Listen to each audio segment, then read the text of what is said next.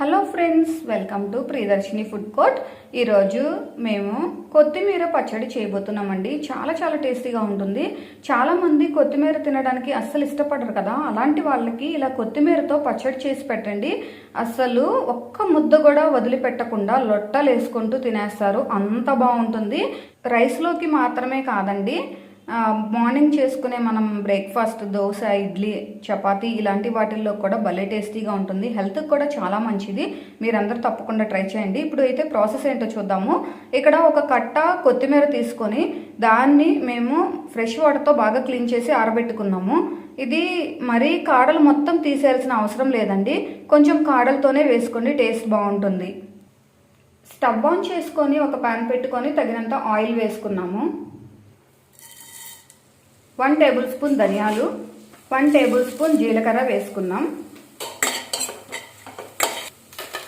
ఎండుమిర్చి వేసుకుంటున్నాము. మీరు తినే కారాన్ని బట్టి, మీరు తీసుకున్న కొత్తిమీర క్వాంటిటీని బట్టి ఎండుమిర్చి తీసుకోండి. వెల్లుల్లి కూడా వేసుకున్నాం. కొన్ని ఎండుమిర్చి చాలా ఘాటుగా ఉంటాయి కదండి, అందుకని మీరు చూసి అడ్జస్ట్ చేసి వేసుకోండి.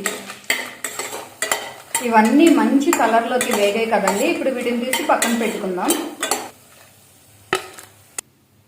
ఇదే కళాయిలో ఇంకొంచెం ఆయిల్ వేసుకుంటున్నాము.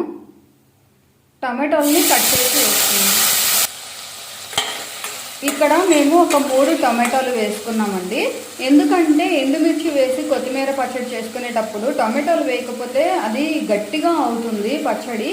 ఇది వేసుకోవడం వలన ఏంటంటే కొంచెం లూజ్గా మనం రైస్లో తినడానికి చాలా బాగుంటుంది, అండ్ టేస్ట్ కూడా సూపర్ ఉంటుంది. కొత్తిమీర వేసుకుంటున్నాం. చూడండి ఎంత కలర్ఫుల్గా, అసలు ఎప్పుడెప్పుడు తినాలా అనిపిస్తుందండి నాకు మాత్రము. కొంచెం కరివేపాకు వేసుకుంటున్నాము. కరివేపాకు హెయిర్కి చాలా మంచిదండి, హెయిర్కే కాదు మన స్కిన్కి, హెల్త్కి కూడా చాలా మంచిది. నార్మల్గా అయితే కొత్తిమీరని కరివేపాకుని తీసి పక్కన పెట్టేస్తూ ఉంటారు కదా, ఇలా చేశారంటే దీని నుంచి వచ్చే పోషకాలన్నీ కూడా మన బాడీకి వస్తాయి.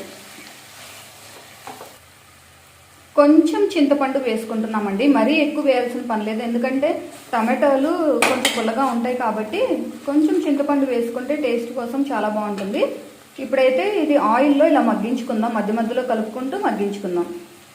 ఇంకా ఎవరైనా మన ఛానల్ని సబ్స్క్రైబ్ చేసుకోకుండా వీడియో చూస్తున్నట్లయితే ప్లీజ్ తప్పకుండా సబ్స్క్రైబ్ చేసుకోండి.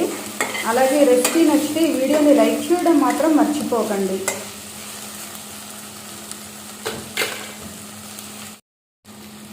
ఈ టమాటోలు, కొత్తిమీర చక్కగా ఆయిల్లో మగ్గాయి.